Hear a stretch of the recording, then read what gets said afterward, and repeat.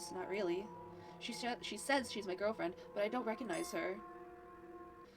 For all I know, she could be a member of a cult. Could this all be a ploy to brainwash me? It's unlikely, but... Well, aren't you going to eat him, you? You look almost as pale as the porridge.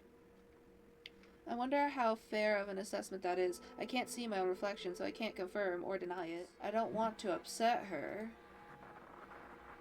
What do I even have to be suspicious of anyway?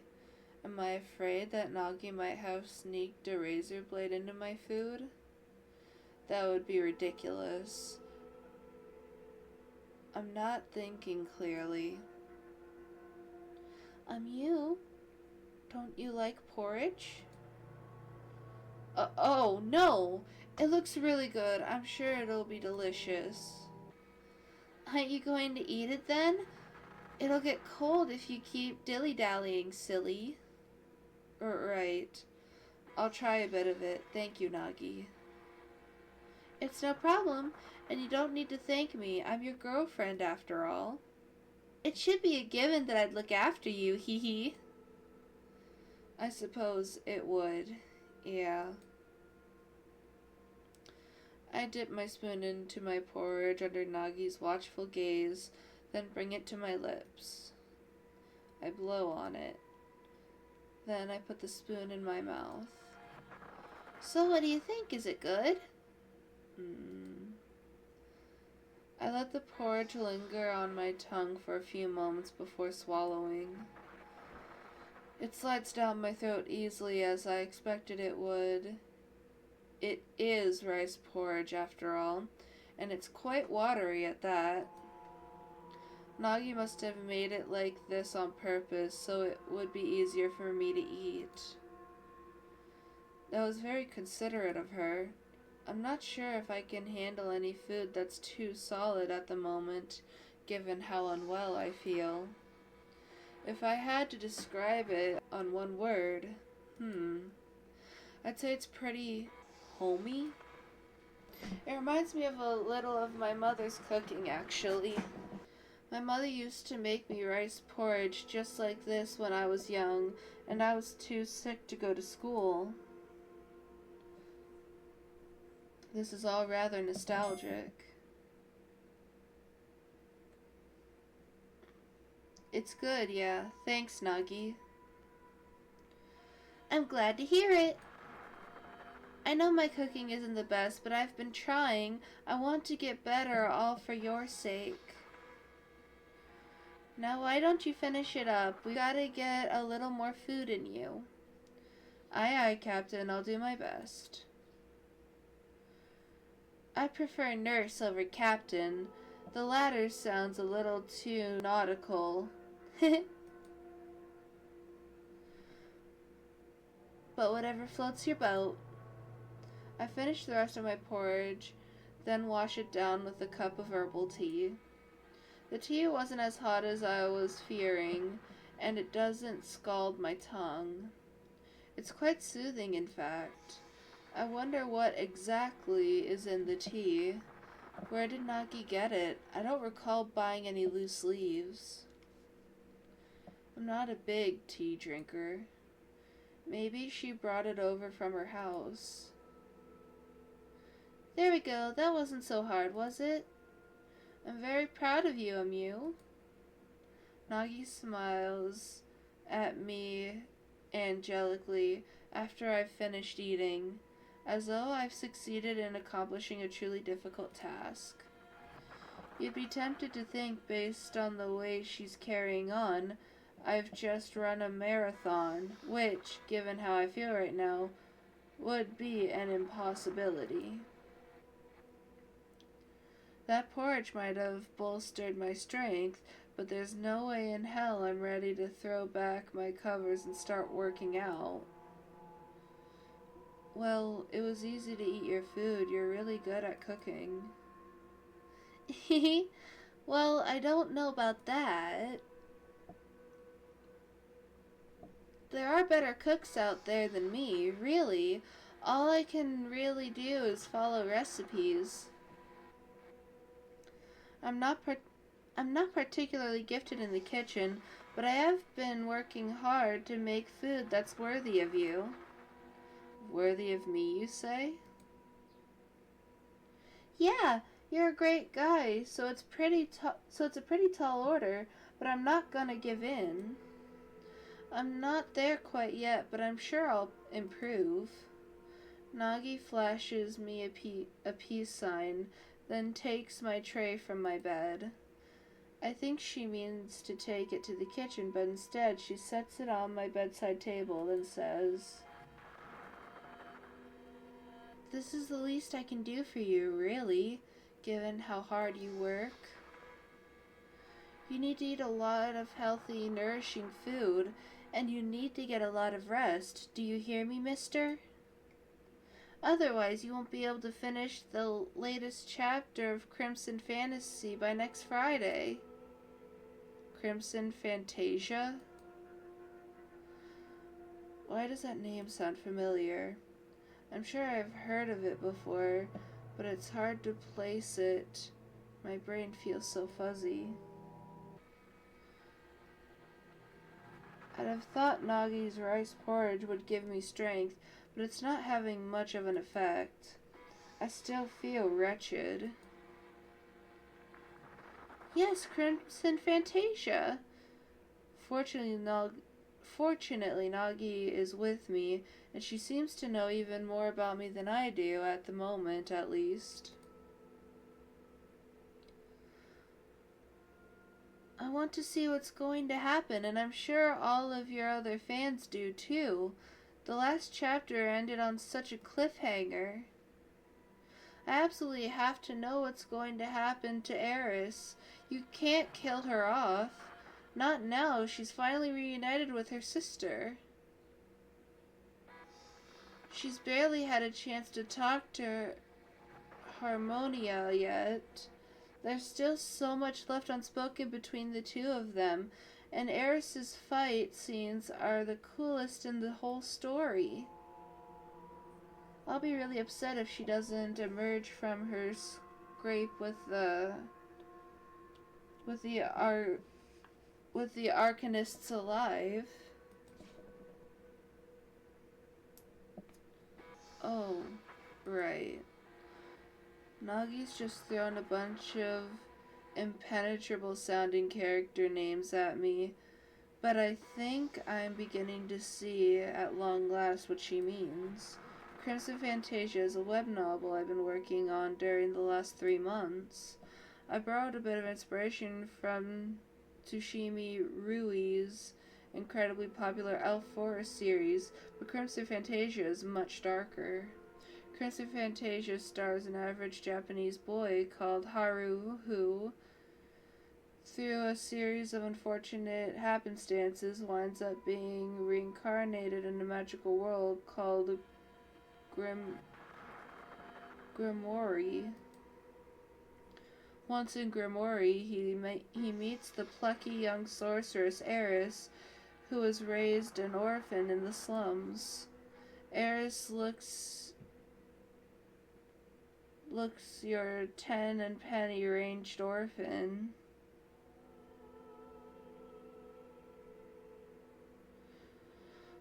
But she's actually a direct descendant of the royal family, one half of a set of twin princesses who were torn apart for reasons unknown.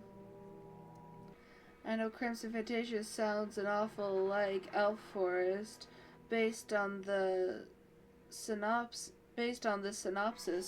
but I'm just painting in broad strokes. They're not actually that alike. Haru isn't as forgiving as Itsuki is, for one thing. He has quite the temper on him, something which Eris, who isn't shy or retiring, has to take him to task for. Then there's Eris herself. Unlike Elf Forest Princess Luluna, who is beautiful and kind, but during battles quite useless, Eris participates in fights alongside Haru as his equal. She's proficient in wielding a large number of weapons, but she prefers to use a scythe. I know scythes are pretty derivative in and of themselves, but I think they look cool, so whatever. I think it's fine. If Nagi knows about Crimson Fantasia, I suppose she must have read it. I wonder.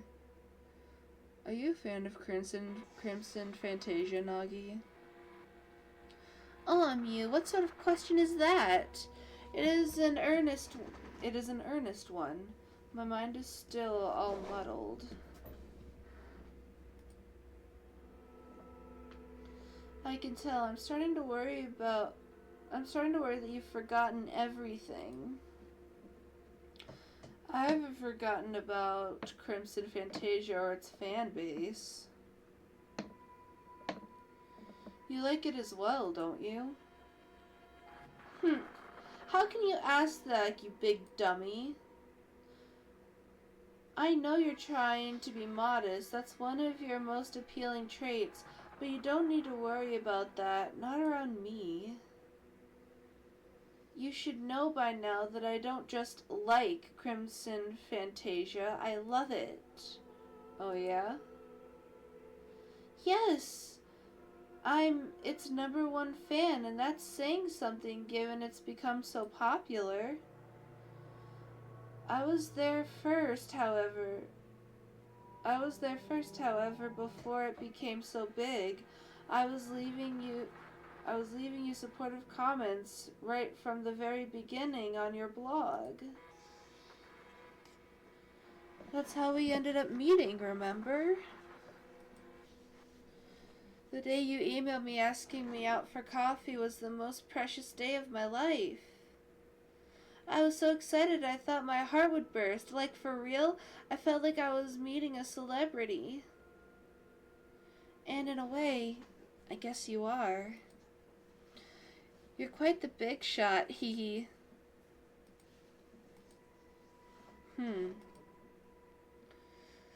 This sounds plausible, but I have a few doubts. Is Crimson Fantasia really that successful?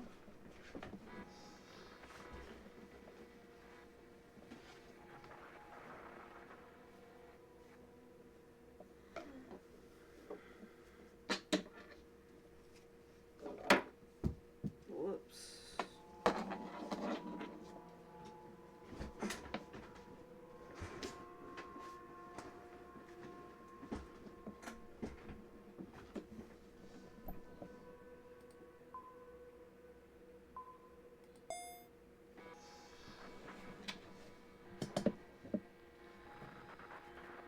It was tough going in the beginning, certainly, but Crimson Fantasia is rather successful now.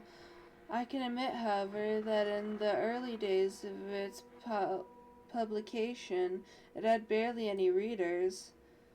I always told myself that I was writing for nobody's sake but my own, but it was difficult to keep my morale up during those days. My dreams of becoming a professionally published light novel author, just like Ishimi Rui, were beginning to look depressingly unobtainable. But she was always there. She commented on every single new chapter of mine, even when I surpassed the 50-chapter barrier. Her screen name was Nagiko. I remember it well because I always looked forward to her feedback. Her comments were detailed, well considered, and earnest. She asked me a lot of questions about Crimson Fantasia's world setting, the characters' philosophies, and their developing relationships. I thought her enthusiasm was pretty cute. Well, I say she, but I never actually knew Gagiko's gender. I just assumed she was a girl based on her screen name. I can't remember sharing any private emails with Nagiko, and I certainly can't remember meeting her in public. But if the smiling girl sitting at my side bed is anybody, it makes sense that she would be Nagiko. Did I pluck up the courage to email her after all? If so, that's pretty impressive.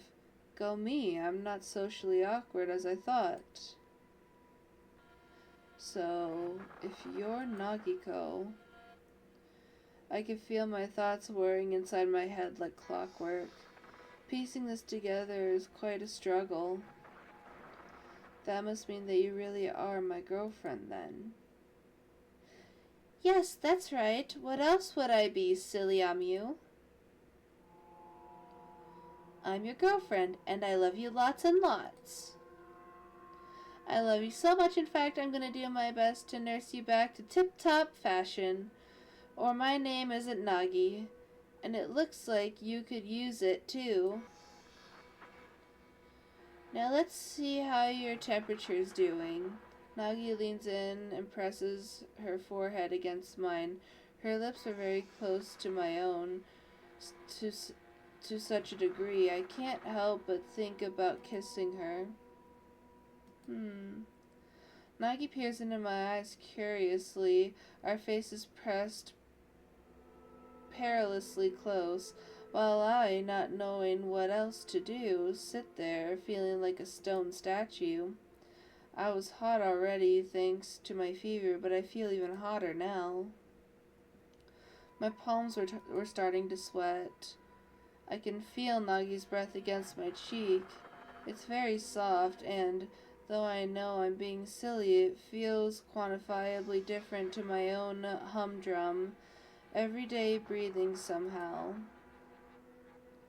Something about Nagi's irrefutable femaleness is amping this interaction up to 11. Why am I shaking so much? Her forehead is like ice against mine. I might as well be pressing myself against a window pane in the winter. Doesn't blood run through Nagi's veins? She looks so perfect. Why wouldn't I wouldn't be wholly unsurprised. She's so pretty, she might as well be made of plastic. You do feel pretty warm, yeah. I guess there's nothing else for it. You'll have to go back to bed, mister. Is that an order? It was more a request, really. I can order you around, however, if you're into that. Oof oofoo. Should Nurse Nagi tell you to lie back down on the double? You could, yeah. What if I refuse, though? They'll have to give you an injection. That's what naughty boys who don't listen to their nurses deserve. You don't want me to hurt you, do you? I know Nagi's joking, but the casual way she talks about hurting me makes me flinch. It brings back memories. I remember. But no, that was just a bad dream. I don't want to think about it. Perhaps I'll be better off sleeping after all.